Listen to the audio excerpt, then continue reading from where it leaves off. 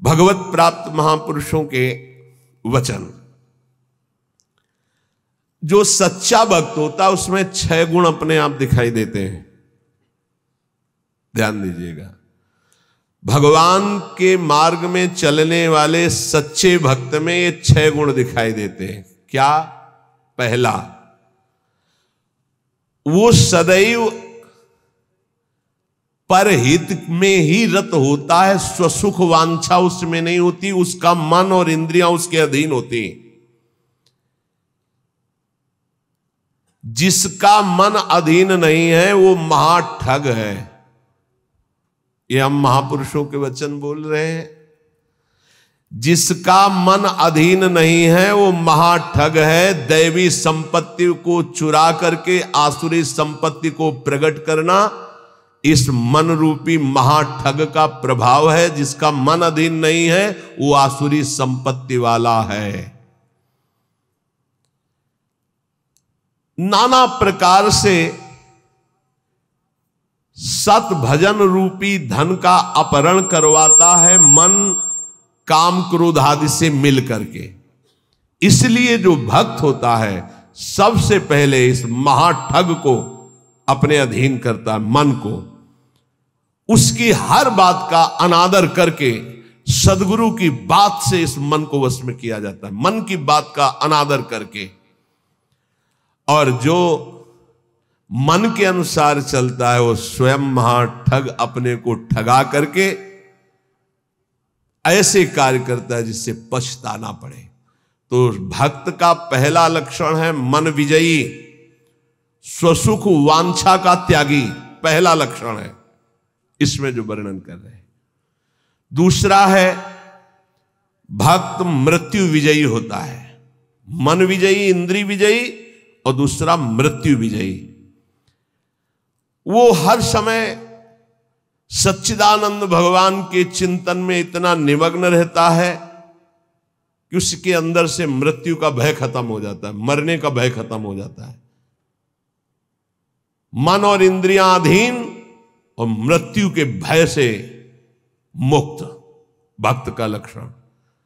जिए काल बस ना परे, समुझ जियाए शरण ते डरत ना काल डर, शुद्ध भक्त का लक्षण।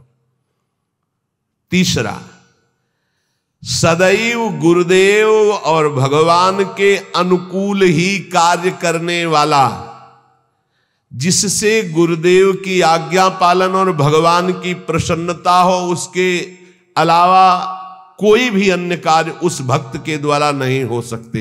अर्थात तस्मात् शास्त्रम प्रमाणन्ते कार्याकार्यो व्यवस्थितो। उसके आचरण साधुता के अनुकूल, गुरु के अनुकूल, शास्त्र के अनुकूल, भगवान के अनुकूल। श्री कृष्ण अनुकूलेन प्रतिकूलस्य वर्जनम, प्रतिकूलस्य वर्जन, प्रतिकूल को त्याग दिया, विसर्जनम पूर्ण रूप से त्याग दिया। पहला है मन और इंद्रियों को वश में करने वाला। अगर मन और इंद्रियों को वश में नहीं किया तो महाठग होगा, क्योंकि मन बहुत ठगी है। वो सारी देवी संपदा को चुरा कर आसुरी संपदा प्रकाशित करता है, इसलिए उसका स्वभाव ठगी हो जाएगा। जो मन और इंद्रियों को वश में नहीं किया, ठगी का मतलब पाखंड, बाहर से बड़ा और अंदर से पोला। अंदर से वही काम क्रोध लोभ मोह मद की प्रवृत्तियां, वही धन, वही भोग वासनाएं। बाना कुछ और है और आचरण कुछ और है। दूसरा है मृत्यु पर विजय प्राप्त की, मृत्यु के भय का नाश हो गया, वही भक्त है। पहला लक्षण शरणागति में आता है निर्भय, मृत्यु का भी भय खत्म हो गया है। तो जो साधक है वो चल रहा है, लेकिन वो मृत्यु से थोड़ी डरता है, वो तो चल रहा है प्रभु की तरफ। और जो प्रभु का भक्त हो चुका है उसके अंदर मृत्यु का भय कैसे होगा। तीसरा, भूल न दे कुमारक पाऊं। गुरु और इष्ट के प्रतिकूल आचरण बन ही नहीं सकता भक्त के द्वारा। वो सदैव गुरुदेव की आज्ञा और इष्ट देव की प्रसन्नता पर ध्यान रखकर कार्य करता है। चौथा, सदैव देखता रहता है कि मेरे गुरुदेव, मेरे इष्ट देव मुझे देख रहे हैं। मैं जो भी आचरण कर रहा हूं मेरे गुरुदेव देख रहे हैं, मेरे इष्ट देव देख रहे हैं। एक शिष्य बनने के लिए 2 लोग गए। गुरु ने दोनों को तरबूजे दिए, कहा एक तुम जाओ ऐसी जगह से अमनिया करो जहां कोई देख ना रहा हो, ऐसी जगह जाके काटो जहां कोई देख ना रहा हो। एक आए, थोड़ी देर में काट के बैठ गए।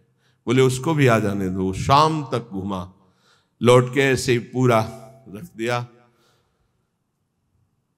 जिससे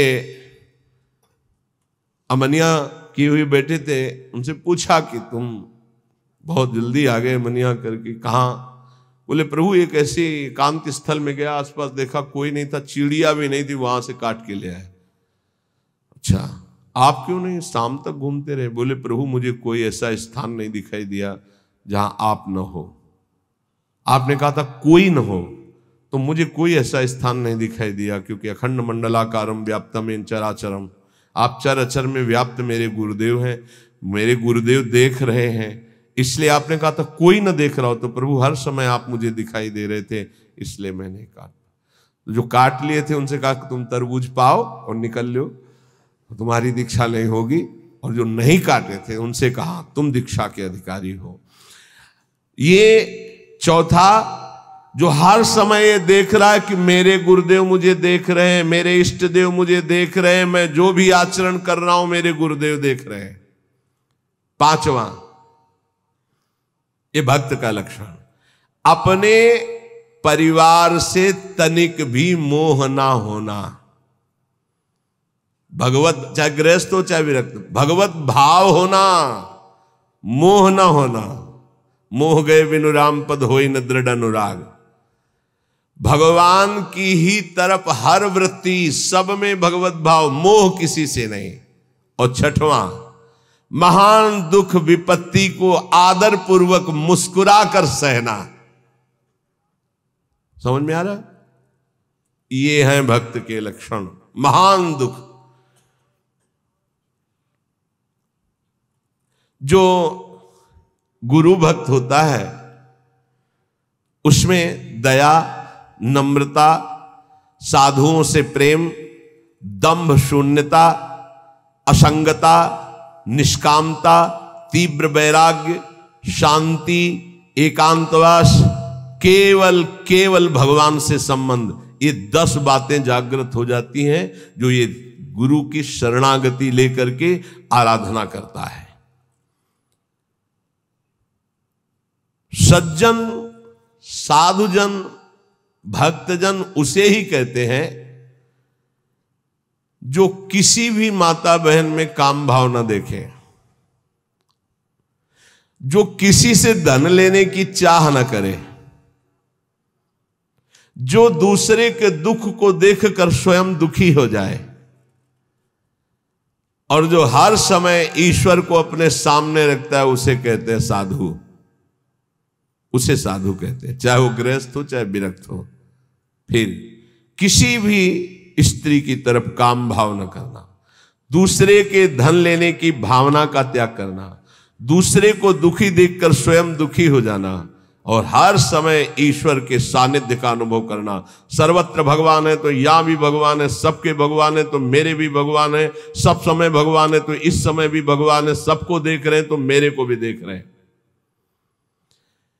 श्री भगवान का अखंड स्मरण, सब में समता का व्यवहार, संतों में विशेष भाव, नम्रता और प्राण मात्र में भगवत भाव, ये स्वाभाविक भक्त के अंदर आने लगते हैं।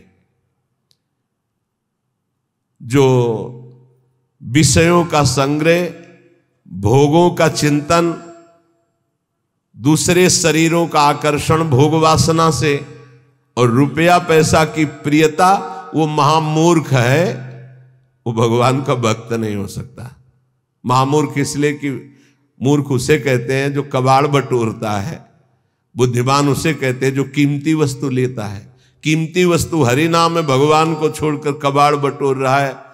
भेष बहुत अच्छे व्यापारी का है और कबाड़ बटोर रहा है। भेषधारी हरि के उर सालें, भगवत ऋषि जी ने कहा है।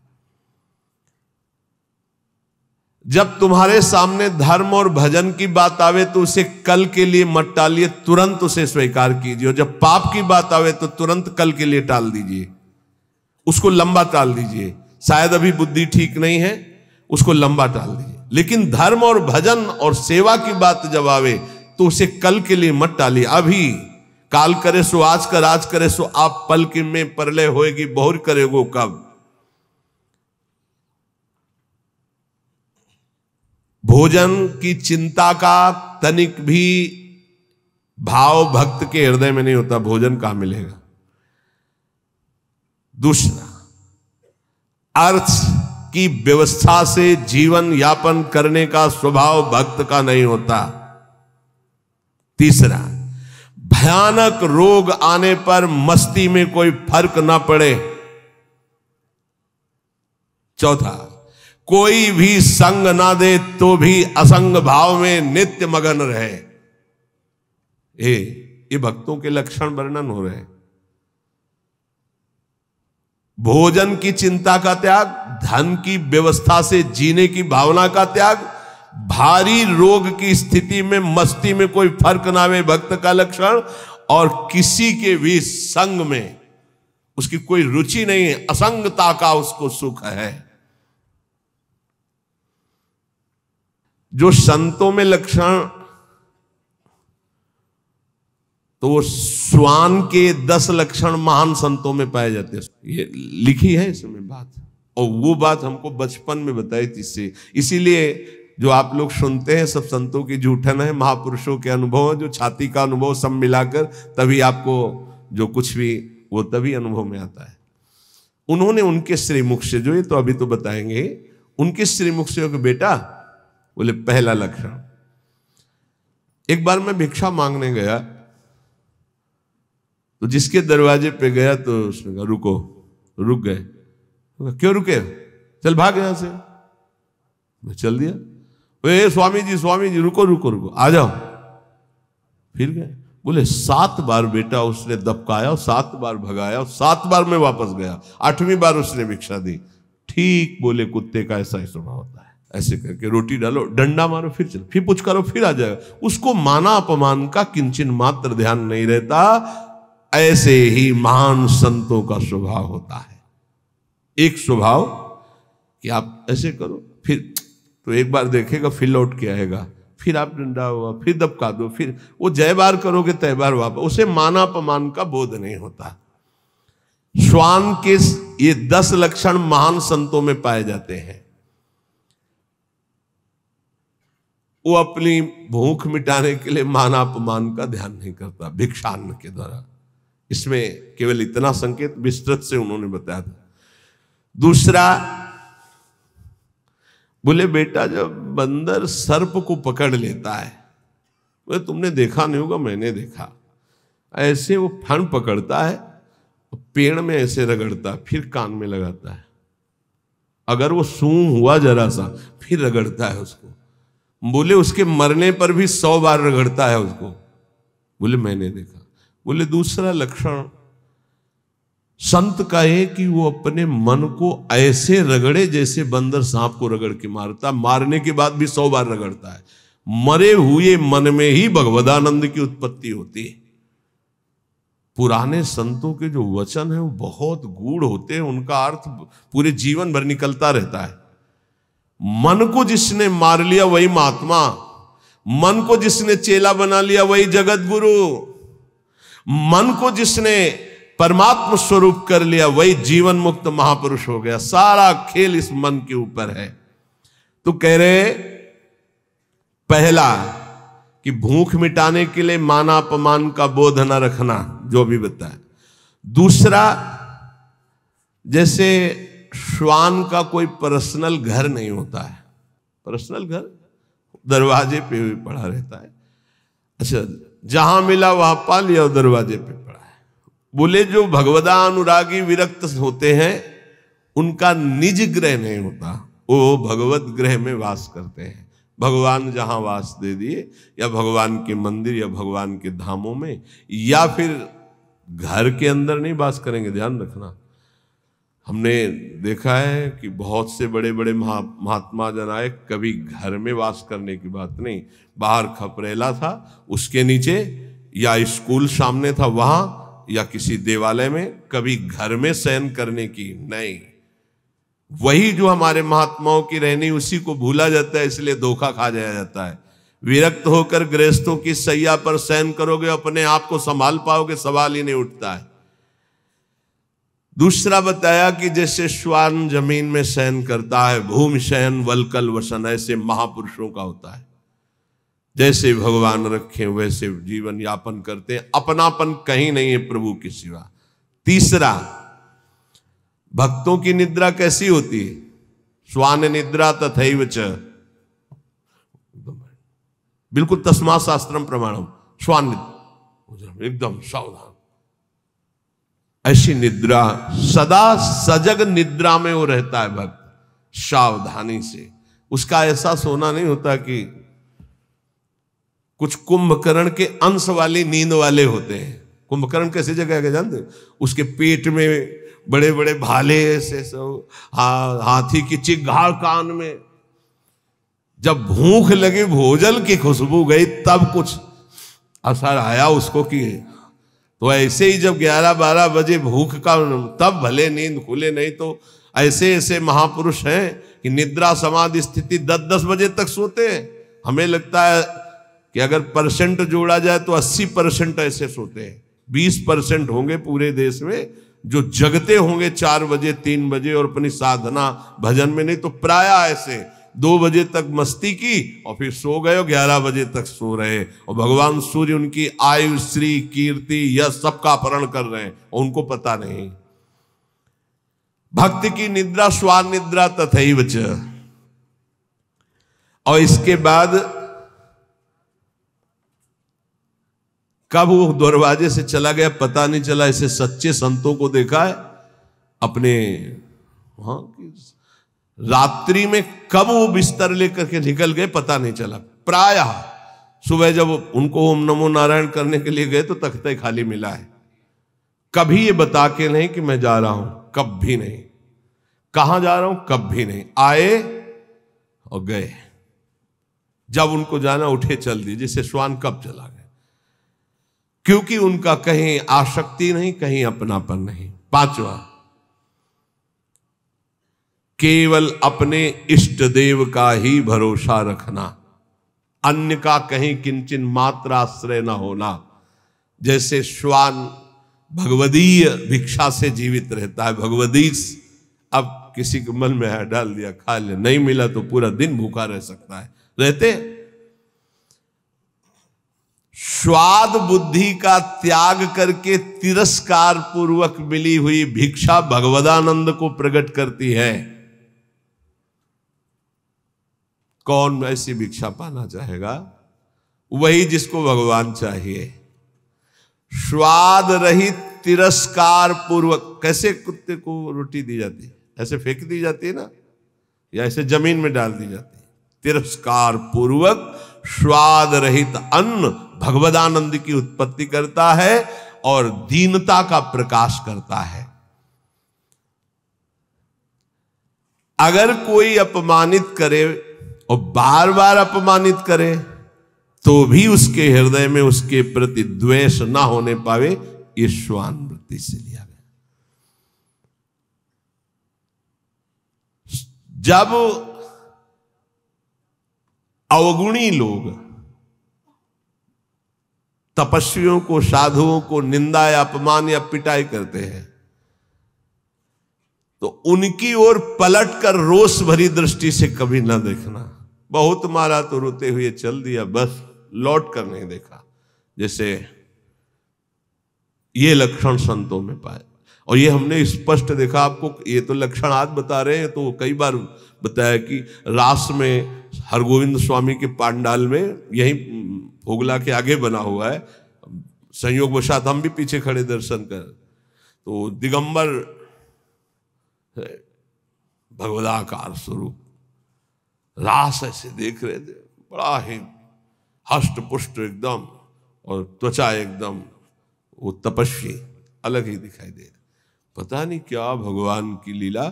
एक पीछे से बूट पहने है, मारा एक लात ऐसे, वो आगे बस रास बिहारी को नेत्रों से ऐसे किया, मुड़ गए।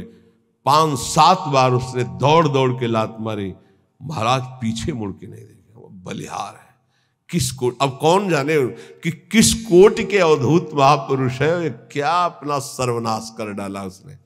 वो लौट करके नहीं देखे कि कौन मार रहा है, क्यों मार रहा है। और एक और खास वृत्ति श्वान में, वो ऐसे नहीं चलता, वो सदैव ऐसे चलता है। बोले जो भक्त होता है उसकी ग्रीवा झुकी होगी और नेत्र केवल उतने ही दर्शन करेंगे जितने में पैर पड़ना है। ऐसे नहीं चलता, ऐसे चलता है। ये सारे लक्षण उसमें आ जाते हैं। आदि श्री गुरुदेव शरण दृढ़ करि विश्वास संभारे, ता पीछे प्रतीति नाम श्री धाम मनोहर धारे। सबसे पहले जो गुरुदेव की शरण होकर उनकी आज्ञा पर चल पड़ा और विश्वास जो गुरुदेव ने नाम दिया, मंत्र दिया उस पर, तो गद गद बानी पुलक तन नैन नीर मन पीर, नाम रटत ऐसी दशा होत मिलत यदुबीर।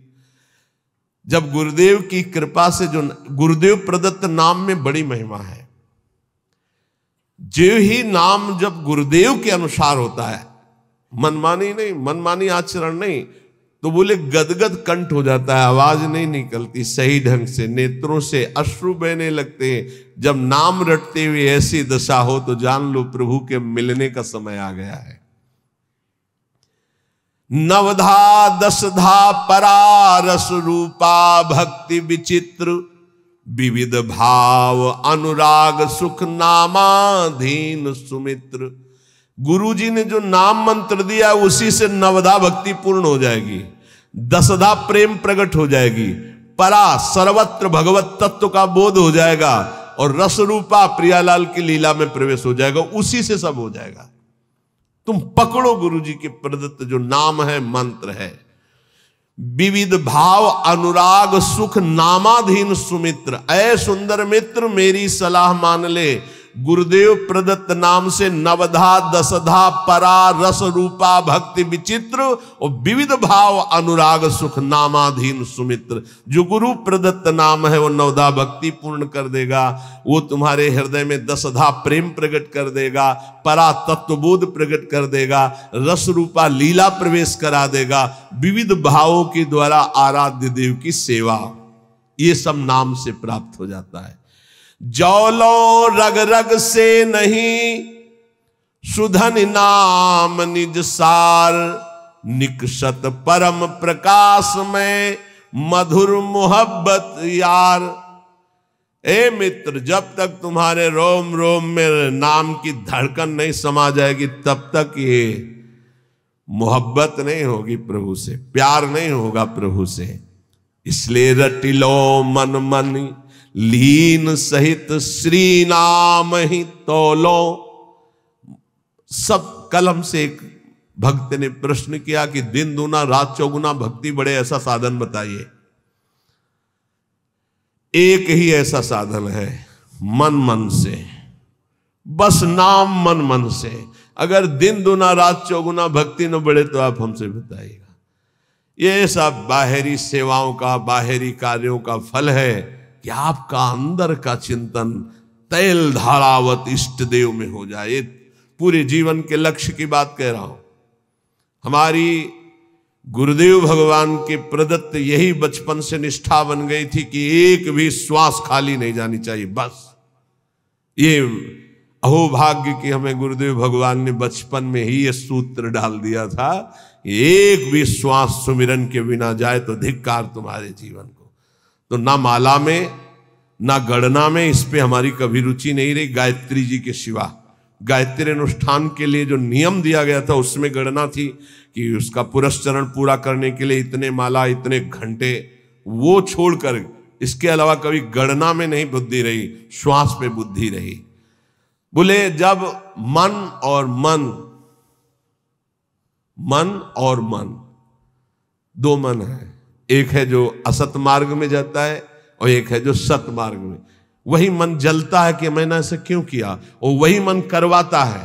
तो मन दोनों, हमारा जो असत मार्ग का मन, सत मार्ग का मन, जब दोनों एक होकर केवल मन नामाकार हो जाए, दो मन से सौदा होता है। कर लूं क्या यार, ये करना सही रहेगा कि नहीं रहेगा, नहीं सही रहेगा, नहीं यार कर लेते हैं। ऐसे प्रत्येक कर्म जो होते हैं संकल्प विकल्प करके, संकल्प विकल्प खत्म, एक निश्चय पक्का बुद्धि का कि नाम ही सर्वोपरि है। अब वो मन में निरंतर नाम रट रहा है। तो बोले फिर जो आनंद प्रकट होता है, वो आनंद एक बार प्रकट होता है, फिर कभी नष्ट नहीं होता, वो बढ़ता रहता है। वो बड़े बड़भागी जन हैं जो इस नाम में अपनी रुचि कर पाते हैं। पर जो अशुद्ध भोजन पाते हैं, चोरी करते हैं, मस्खरी करते हैं और पर नारी पर शरीर स्पर्श करते हैं काम भोग के लिए, और वो चाहते हैं कि हम भजन कर ले या भक्त रूप रख के निर्वाह कर ले, तो बोले वो पाखंड है, वो दंभ है, नहीं भजन नहीं। फिर देख लीजिए, जो अच्छा भोजन करना चाहते हैं, जो हंसी मस्खरी मजाक में समय व्यतीत करते हैं, जो पराई नारी पराए तन को काम भाव से स्पर्श करते हैं और चाहते हैं कि मैं दीदार करूं प्रभु का, भजन करूं प्रभु का, भक्त वेश धारण, बोले दम्भ है, वो पाखंड है। इसलिए इन बातों का सुधार हमारे जीवन में रहे। जवान का चटोरापन छोड़ दिया जाए। बहुत ही खा लिया यार, कितना खाओगे, आज ये कल वो कल वो। तुम्हारी इच्छा नहीं होनी चाहिए, इच्छा रहित भोजन करो।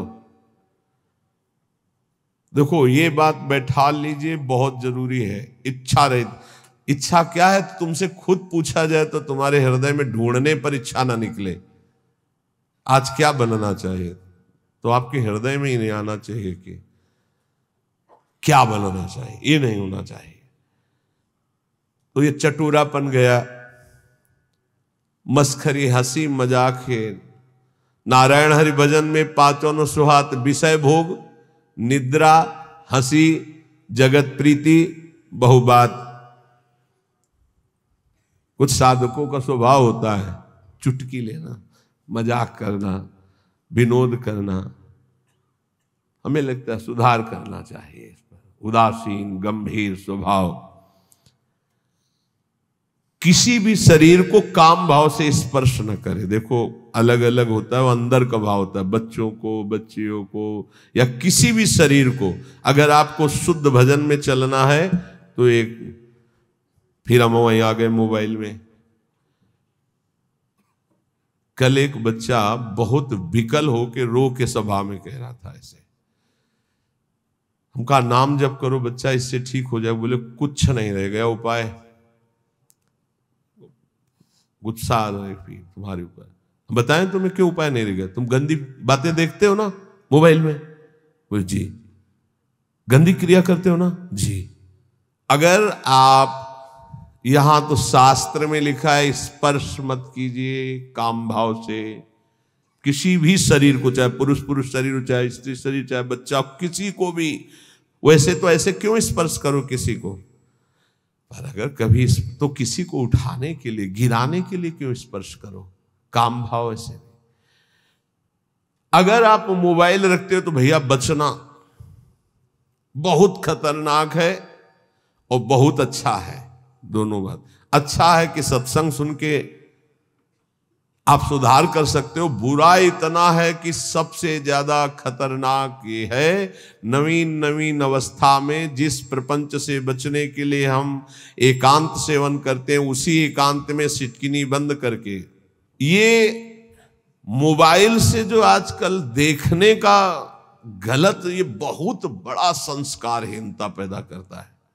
ए भाई, अगर आपको कोई ज्यादा आवश्यक हो तो इतना बड़ा मोबाइल नहीं आता हो, 2000 वाला वो रखो, उसमें वो शीशा नहीं होता वो देखने वाला, जिसमें वो आप चित्र वित्र देख सके। हमें लगता है साधुकों के लिए बढ़िया है। और सुनने के लिए वो ऐसे इतने इतने आते हैं गोले गोले से, उनमें ऐसे चिप लगा दो, अपना बोलते रहेंगे सत्संग। 350 घंटे का सत्संग कितना सुनोगे? 1 घंटे के सत्संग में भगवत प्राप्ति हो जाएगी अगर आचरण में उतार ले तो। उसको रखना जरूरी है। इतने इतने बड़े, अब बच्चे ज्यादा पसंद करते हैं उसको, नौजवान ज्यादा पसंद करते हैं। क्यों? थोड़ा उसमें इज्जत भी बनती है ना। वो बड़ा वाला हमें लगता है, बच्चों भाई हाथ जोड़ के प्रार्थना करते हैं, इस मोबाइल से बड़ा सद्गुण भी है और इससे बड़ा दुर्गुण, और ये दुर्गुण आ गया तो ब्रह्मा भी नहीं बचा सकते, क्योंकि रचा ही उन्होंने कलयुग में इसीलिए कि जल्दी कलयुग में भगवत प्राप्ति हो जाती है। तो उन्होंने विचार किया, जैसे जिस समय सृष्टि रची तो सनक सनंदन सनातन सनत कुमार प्रकट होते ही बोले बेटा सृष्टि कार्य, बोले हरि शरणम, लंगोटी भी नहीं लगाई, दिगंबरे निकल पड़े। ब्रह्मा जी ने दूसरी सृष्टि प्रकट की, मरीचादि ऋषि बोले पिताजी आज्ञा कीजिए, बोले सृष्टि रचना, बोले संभव नहीं, भजन। ब्रह्मा जी ने कहा कुछ और विचार करना पड़ेगा। तब अपने बाएं अंग से सत रूपा जी और दाहिने अंग से मनु जी, वहीं से परस्पर आकर्षण स्त्री पुरुष का। फिर जो तो ये रचना ऐसी रची है शरीरों की कि भजन में रुचि ना होकर सृष्टि की तरफ हमारी रुचि जाए। तो प्रार्थना है यदि थोड़ा भी सतमार्ग में चलने की इच्छा हो, तो गृहस्थ हो या विरक्त हो, नौजवान हो या बूढ़े हो, ये जो इसमें लिखी है बात, इसको बचाने के लिए बहुत जरूरी है इतना शासन अपने ऊपर कर लो, या तो कि मोबाइल से गलत चीज नहीं देखोगे।